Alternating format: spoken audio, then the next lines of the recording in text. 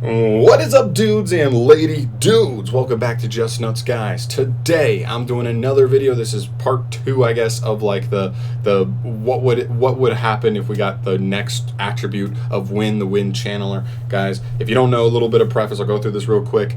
Win, the Wind Channeler is a wind monster. You discard it and any other wind monster to add a wind monster with 1500 or less defense from your deck to your hand, but then you're locked into only activating wind monster effects for the rest of the turn. Also can special itself if a wind monster is destroyed by battle. You can special itself from the hand.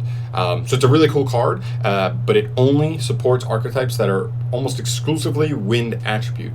And another thing about the Charmer cards is that they always make one for the 4 elemental attributes, which are wind, fire, water, and earth. Today we're talking about water. I already did the fire video, which is very cool. So we're going to be talking about every deck that when they make this card, and I swear to God they will. Like there's no ifs, ands, or buts about it. It's a Charmer card. It even though it doesn't have Charmer in the name, even its effect right here says this card is always treated as a Charmer card, if that goes to show you what I mean. So today we're talking about every archetype that I think would be able to play like a pure water version if we got the water Charmer version, or the water channeler, sorry. And what would get a nice little buff. So without further ado, let's just jump right into it. We're starting here with Neptibus. This is like Atlanteans. You could also count this as like Mermales because they always play together. You could count this as Deep Sea. All of them together is actually pretty cool because as much as they can do like hand loops plus like a needle fiber play or like a VFD ending board or something, which aren't water, those 3 together can at least do hand loops and then end on like some coolish mermail boards that are like strictly water. You could make it like a Bahamut Toad play where you like rip cards and then potentially end on like a Bahamut Toad or something.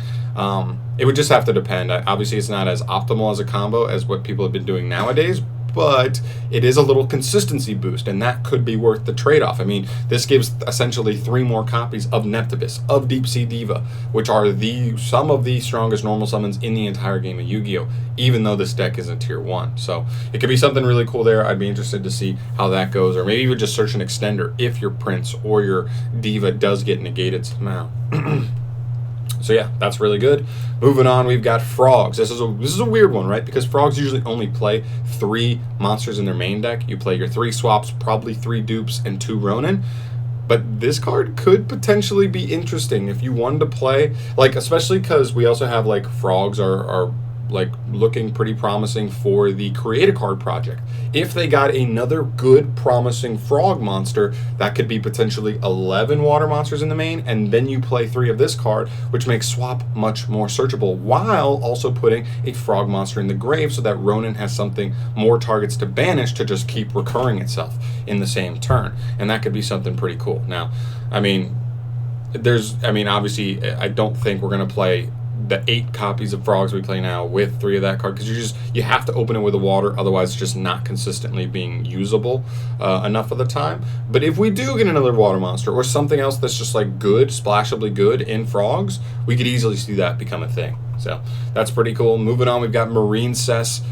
This one's also really good. I mean, Blue Tang is a 1-card combo and then some. Potentially, if you rip something off the top, it could be even better than like you end on like the big boss monster plus like you lost no cards from hand, and depending on what you hit off of her excavation effect, you could end with like a +1. Literally, you get like a free body, she goes back to hand, and you have like an extra card in hand, whatever you ripped off of that. So it's really cool. It's a really powerful 1-card play, and that's what's so cool, is that even though this card is like, oh, you have to discard 2 to get 1 card, so you're going -1, Marincess's combos are so resource efficient that when you do that, you just like still like it's almost like you end with 5 cards. Like you went -1, but you still ended up like +1 or like even, but like with a boss monster on the field, a towers monster on the field with multiple negations. So it still works out. It's still really cool. I like this archetype a lot, and also if this archetype ever got like, I've already made videos about it, like 2 cards, this archetype could be a legit thing, like better than Salamangreats. So no joke there. I think Marincess is actually a pretty interesting one there. Next up, we have Ice Barriers. This is another really interesting one, specifically because they won the structure deck poll in the OCG, which means they are guaranteed to get a structure deck, which means they're essentially guaranteed to get 5, maybe 7 new cards out of their structure deck, which could completely revamp the archetype. If they get one single insanely powerful card, maybe they get a normal summon that's like the best normal summon in the deck, maybe we just have to play this card because they already have a Rhoda to search that card. But throw this in, now you have 9 copies of your amazing normal summon, your amazing play starter, or you could just search extenders if you already have it. So this seems like a good one. You're already going to be playing a ton of water monsters most likely in the deck, and I think this could be a really good fit. Obviously, we're going to have to see what happens with the structure deck, but it seems like it could be something pretty promising there. Moving on, we got Sharks. This one's pretty simple. Buzzsaw is a 1-card Bahamut Toad play. So the idea here is if you didn't have Buzzsaw, you just opened the Water Channeler with any other water monster. Boom. There's your Buzzsaw. Boom. Bahamut Toad. It's 2 cards into a Bahamut Toad, which is actually not that strong, all things considered at this point in the game. But paired with some back row, and for what this deck wants to do, the consistency is probably worth it. You're never going outside of waters, really, in this deck. And so it fits. It could fit if you're playing enough water monsters for sure, just to guarantee that 1-card combo a little more consistently, other than hard drawing it or like this or Batunaful Princess. You only have like 6 copies of 1-card combos, so I'll definitely take that for sure. Moving on, we've got Crystron. This is a cool one. I think this has always been a really cool deck, but I've seen in certain videos online specifically, like I'm no Crystron connoisseur, but I've seen videos, and when the deck bricks, it's like because you draw like awkward combinations of like Crystron monsters.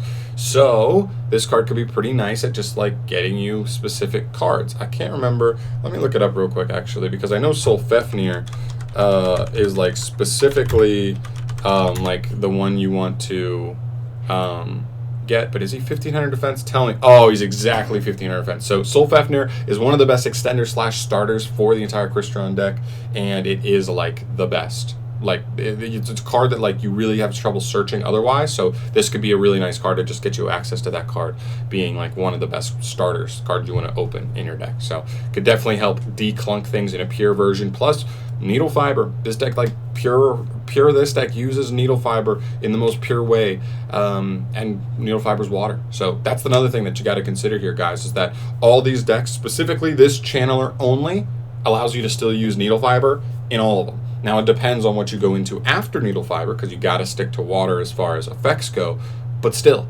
it could still be pretty nice. So yeah, moving on, we have Dino Mist. This is a kind of a weird one. I only threw it in here because I think it's a cool deck. It does do cool like Bahamut Toad plays. Unfortunately, like it can, you can even make Infinity. You could still make Infinity underwater, under the Water Channeler. You just can't use effect, which is fine because you just make him and there's the negate for your opponent's turn. So that like still works. The only downside I guess I would say is a lot of, so like Pendulum decks like to splash in other Pendulum engines because they're just strong. But also going with that is, as long as you're only playing like a package that really is just activating effects in the scale and not really activating monster effects, because technically they're spell effects, I believe, so it would still work around that restriction. This could still be something interesting, and I also picked them for the as one of my picks for selection 10. I think this could be the Pendulum deck that ends up in there if one were to be in there. So if they got like 3 or 4 cards plus this water card, maybe they got like a really good starter card, like an actual really good normal summon that gives them a ton of advantage. It could be worth just to play her, just to get to that card more consistently, and that could be something. So yep, just some cool things to consider. Yeah, Dino Mist, pretty cool. Next up we have Gradle. This is interesting. Like, Gradle is pure water, but they just don't do much. I guess the one like helpful thing is that they are in the Create a Card project to vote, even though I believe they already got eliminated. Which means they're out of it. They're not going to get a card via the Create a Card project. But at least that shows me that Gradles are like in Konami's mind, right? It just shows me that Konami thought about Gradle enough to be like, let's put Gradle in there. Like that's cool. That could probably use some support. So maybe we could find stuff anyway. I won't be surprised if Konami goes and supports multiple of the other Create a Card like archetypes, just because they were like, we wanted to get these decks support. Obviously, we can't get them all via the Create a Card, but we could just throw it in elsewhere. So yeah, Gradles are cool.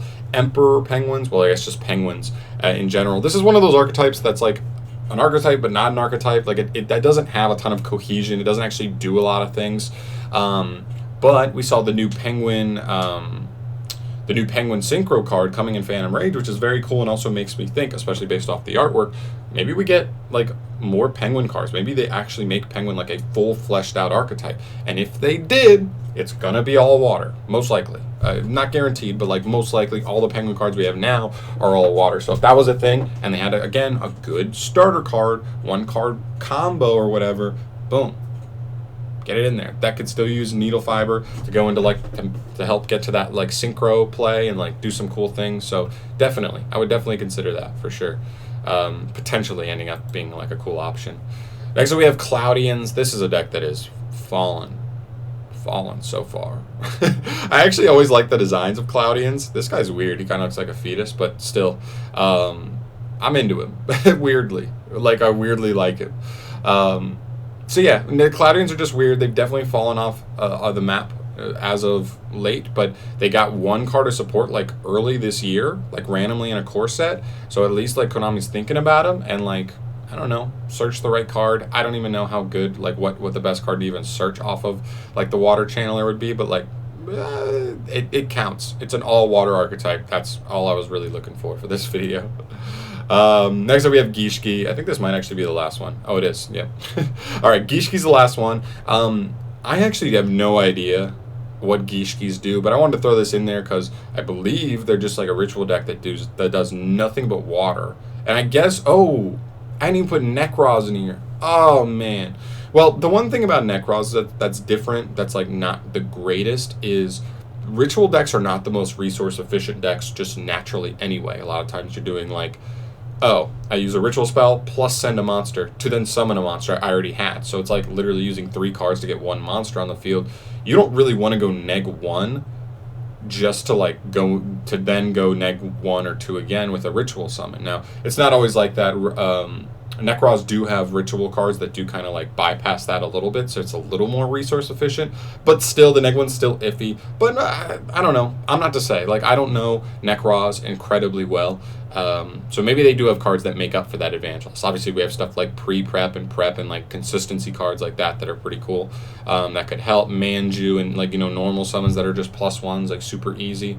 So I'm not one to say. I definitely don't know the deck as thoroughly as some other people do, but I guess they're worth mentioning here. And I showed Gishki, but I almost forgot about Nekroz, which is such a big kafoof on my part. But yeah, guys, that's going to do it up. That's going to wrap us up for all the archetypes that I think are like able to play a pure like water version under the water channeler, and like specifically some of them. I'm looking at like Atlantean, Mermaid, Deep Sea, whatever you want to call that. Swap frogs potentially, but they're like reliant on getting another frog monster. Marines, this is a big one because they have 1-card combos. They're very resource efficient, so the neg 1 you start with is not even that big a deal, and they have cards with graveyard synergy, so that's not bad either. Ice barriers for sure are another big one. If they get, you know, 5 to 7 new cards, we could totally see this deck making use of the water channeler. And then Crystons I think are cool. Dynamists are cool, especially if they end up in like the Selection 10 pack. Any of these archetypes actually could. That one was specifically on my personal list that I threw in there just cause.